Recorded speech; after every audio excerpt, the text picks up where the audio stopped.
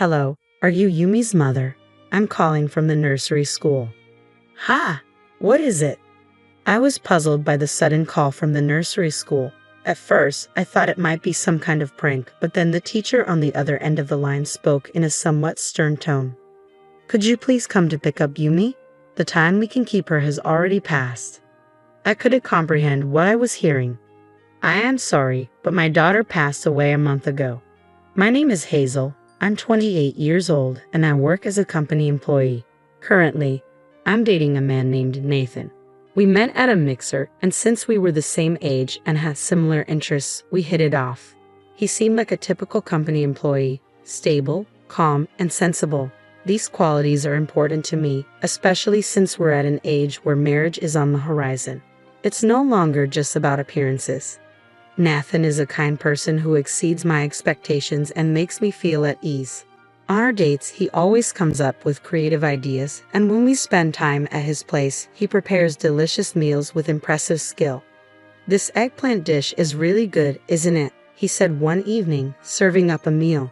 It's surprisingly easy. I just make it quickly in the microwave. That's amazing. You're really good at Japanese cuisine, I replied, impressed. Yeah. Actually, my family runs a small restaurant. Really? This was something I learned when we first started dating. Nathan's family lives in the countryside and operates a small restaurant. He learned to cook from his father, who is a chef, and as a result, he's very skilled in the kitchen, capable of making a variety of dishes. Do you have any siblings? I asked. Yeah, I have a younger sister, he answered.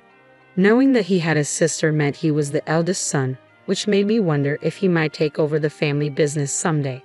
What are you thinking about doing in the future? With your job, I inquired.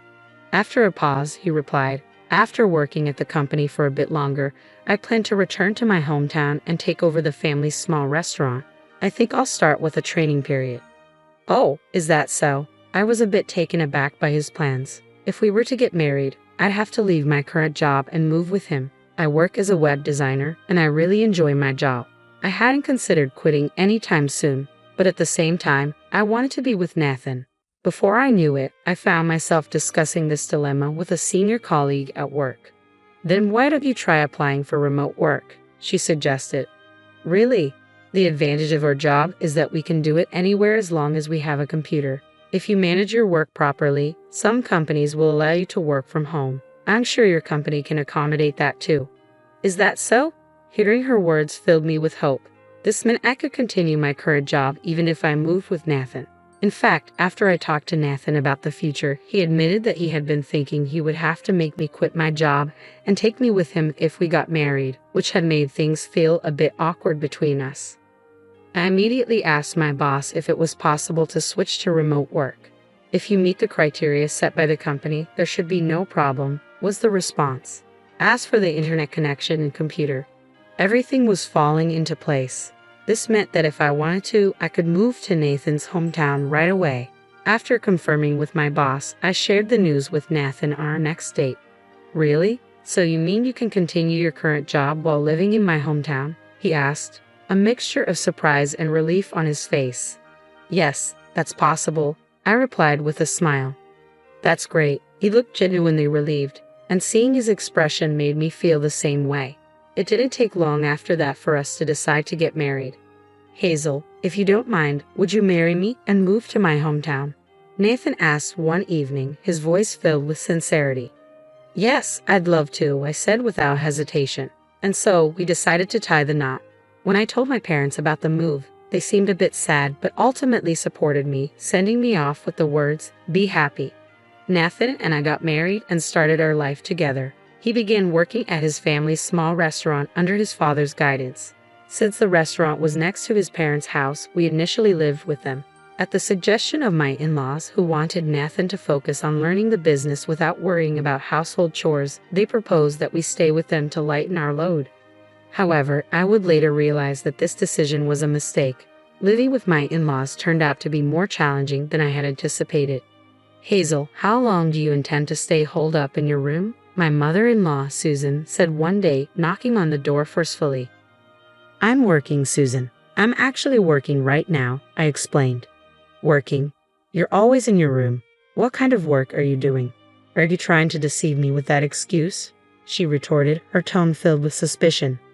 I'll never accept it, my mother-in-law declared. But I really am working, I insisted. Don't lie.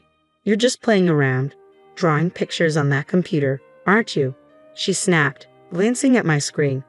This is called web design. It's my job, I explained, trying to remain patient. I won't be fooled. It's shameful for an adult to be wasting time drawing pictures, she retorted. My mother-in-law likely held old-fashioned views and didn't seem to grasp the concept of working from home.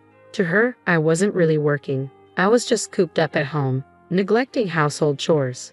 I never thought I'd have such a lazy daughter-in-law. Nathan is working hard to become first class, and here you are, playing around like a parasite. Try to be more useful. She criticized almost daily, making it increasingly difficult for me to concentrate on my work. Desperate to change the situation, I decided to talk to my husband about it. Oh, my mom's getting in the way of your work? Nathan asked when I brought it up. Yes, it's like she doesn't understand I'm working from home. She thinks I'm just goofing off, I explained. I see. My mom has old-fashioned ideas, so it might be inevitable. I'll talk to her, he assured me. Nathan's support gave me some relief, but my mother-in-law was more stubborn than I had anticipated. How did you convince Nathan? Why do I have to be scolded? She fumed. It's clear you're just playing around. That's not it. I've been trying to explain. I protested, but our clashes only grew more frequent. Each time she made unreasonable remarks, I turned to Nathan for help. But over time, he seemed less willing to mediate. This is a problem between the two of you. Solve it yourselves, he said one day. Just as I was beginning to feel I couldn't take it anymore, something unexpected happened. Feeling unwell, I went to the hospital, only to be shocked by the news. I was pregnant. My mother-in-law had often pressured me to provide a successor, but I never imagined getting pregnant at such a tumultuous time. I immediately informed my husband and in-laws about the pregnancy. The news took everyone by surprise, but my mother-in-law was especially stunned. Well done, she said, clearly delighted. Both my husband and father-in-law were happy too, but my mother-in-law's joy was the most apparent. Since then, she had become much kinder to me. Hazel, how are you feeling? I'll handle the household chores so you don't overdo it, she offered. Her sudden change in attitude was a relief. The scolding and bullying that had once been a daily occurrence stopped, and instead, she became supportive and caring about my health. It was comforting to have the previously confrontational mother-in-law offer me support during this challenging time. Despite the initial strain on my relationship with my husband, things began to improve, and our bond grew stronger. I settled into a stable condition as I prepared for childbirth. However, a new issue emerged during this time. Sometime after the news of my pregnancy, my mother-in-law asked, "By the way, can you tell the baby's gender yet?" "Yes, it's a girl," I replied honestly. Her face fell with disappointment. "A girl? It should have been a boy. Our restaurant has always been passed down to males. Women inheriting such businesses is unheard of." I tried to reason with her. That's unacceptable. Nowadays, women can inherit businesses too. Her response was harsh. Don't try to justify yourself with your strange values. You're clearly not suited for this. Although my father-in-law and husband were slightly disappointed that the baby wasn't a boy, they weren't as upset as my mother-in-law. However, her disapproval quickly turned into hostility. Having no heir means you're worthless. How long are you going to stay in bed? Get up and do some housework, she demanded. I'm sorry, but I've been really sick with morning sickness, I explained. Don't be so spoiled. Pregnancy is not an illness. Get moving, she shouted as she came to wake me.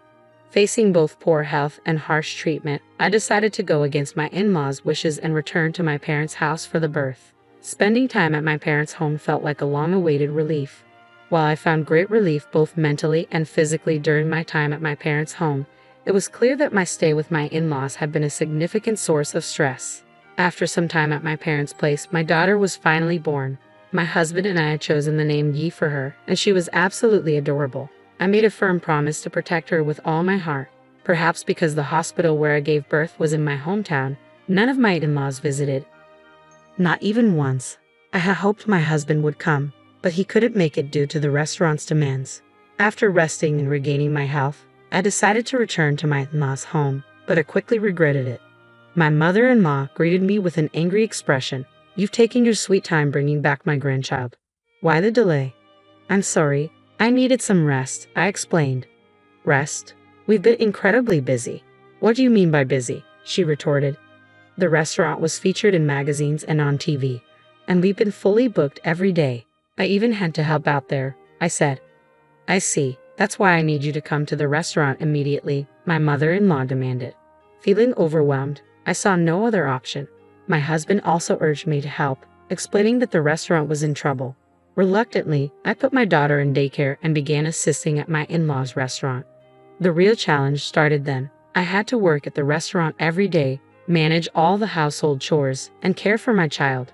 My health was deteriorating, and on top of that, I was subjected to constant verbal abuse from my mother-in-law, which pushed me to my mental limits. Amidst all this, one day, I suddenly collapsed and was diagnosed with a stress-induced gastric ulcer. After regaining consciousness, I explained my situation to the doctor, who advised that I would need a longer hospital stay than usual. When I informed my mother-in-law, her response was devoid of concern. What a troubled woman, she said dismissively over the phone.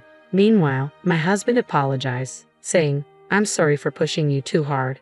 But it felt too little too late. I couldn't shake the feeling that he too was responsible for letting things spiral so badly. During my hospital stay, Rose, who worked at a small restaurant, came to my aid. I'll take care of you, she said. I'll handle the drop-offs and pickups for your daughter. Thank you so much, I said, deeply relieved. Rose's help with daycare was a lifeline, allowing me to focus on my recovery with some peace of mind. However, a few weeks into my hospitalization, I received a frantic call from my husband. Hazel, please calm down and listen. Yumi, she's died. She was caught in a big fire and her body couldn't be saved. The words struck me like a blow and I could barely process the news. I'm sorry, but I'm also suffering, he said. The shocking news left me deeply unsettled. When I returned to my in-laws' home after being discharged, I was met with the grim sight of an urn containing my daughter's ashes. Overwhelmed with grief, I was further stunned by my husband's next statement. I'm giving you this urn and asking for a divorce. I can't continue our marriage with the loss of our daughter and the ongoing issues with my mother. I understand if you're fed up with the situation. I am, I said. I'm done with your mother's bullying and your inability to protect me. I'll leave. Determined to move on, I decided to leave my in-laws' home and pursue a divorce. When I returned to my parents' house, their warm welcome provided a much-needed source of comfort in the depths of my sorrow. When I explained my situation to my company where I had been taking time off, they were understanding and allowed me to extend my leave. After a month of rest, I received an unexpected phone call. Hello, is this Yumi's mother? This is a staff member from the nursery. Why are you calling? I was initially puzzled and thought it might be a joke. But the voice on the other end was stern. Could you please come and pick up Yumi? It's past the time we can keep her. Confused, I replied, I'm sorry, but my daughter passed away a month ago. The teacher's tone shifted to anger. Why would you say such a thing? It's unthinkable to neglect your own child. Please come quickly. Overwhelmed by their reaction, I rushed to the nursery. To my shock, I found Yumi there, alive and laughing joyously. The relief of seeing her safe was immense. A teacher approached me, clearly having realized the misunderstanding. We were told by your mother-in-law that you were too busy to pick up Yumi, so she's been bringing her here daily. Hearing that my mother-in-law had falsely claimed Yumi was in my care while she was actually alive at the nursery filled me with rage. My contact information was listed as the emergency contact, which is why the nursery had called me. My husband and father-in-law had deceived me, and I was furious. Taking Yumi, I returned to my parents' home. As I settled in, I received a call from an unknown number. It was my mother-in-law. Why did you take Yumi back without permission? She yelled. I retorted, why did you lie about Yumi's death? I found out she was alive and left at the nursery. If you all want to lie to make things easier for yourselves, that ends now. I will raise my daughter myself. Do as you like, but don't contact me again. My mother-in-law was silent and then hung up. Fueled by anger, I resolved to uncover the full truth about the situation. I went to my in-laws' house armed with important documents. What are you doing here? My mother-in-law asked, visibly surprised. That day, the restaurant was closed and the whole family was at home, including another key person. I've come to discuss the affair between Nathan and Rose, I said. The mention of the affair visibly shook my in-laws. Affair? What are you talking about? My ex-husband asked, his face paling. I presented documents proving that Rose was pregnant and that Nathan was the father. According to these, Rose was pregnant around the time I gave birth. While I was in the dark, you two were involved in an affair that led to this pregnancy. To cover it up, you lied to me about Yumi's death. Their faces turned even whiter as they absorbed my words. I'm relieved that Yumi is safe, but I will be demanding compensation for my mental distress and child support, I declared. My ex-husband began to apologize profusely. I'm truly sorry. It was wrong. This was all my mother's idea, and I was against it. We intended to put Yumi in a child welfare institution. Child welfare institution? What are you talking about? I demanded. He revealed a shocking truth. The plan had been to fake Yumi's death and place her in a child welfare institution to avoid paying compensation and child support. My anger reached its peak. I'm truly sorry. Please, I beg you to overlook the compensation and child support, he pleaded. There's no way I can forgive that. I'm going to sue you. Be prepared, I replied, and left the house. Following these events, I demanded compensation from Nathan and Rose and sought child support from my ex-husband. I also detailed the situation to neighbors, regular customers of the restaurant, and mothers from the nursery school. The scandal spread quickly, tarnishing my in-laws' reputation. As word spread on social media and even new customers who had heard about the restaurant through magazines stopped coming, the family's small restaurant was forced to close within a year. It felt like just deserts for their despicable actions. Meanwhile, I continued working from home at my parents' house, focusing on raising my daughter. She's growing up well, and both my parents and I are delighted to see her thrive. I plan to keep working hard for her future.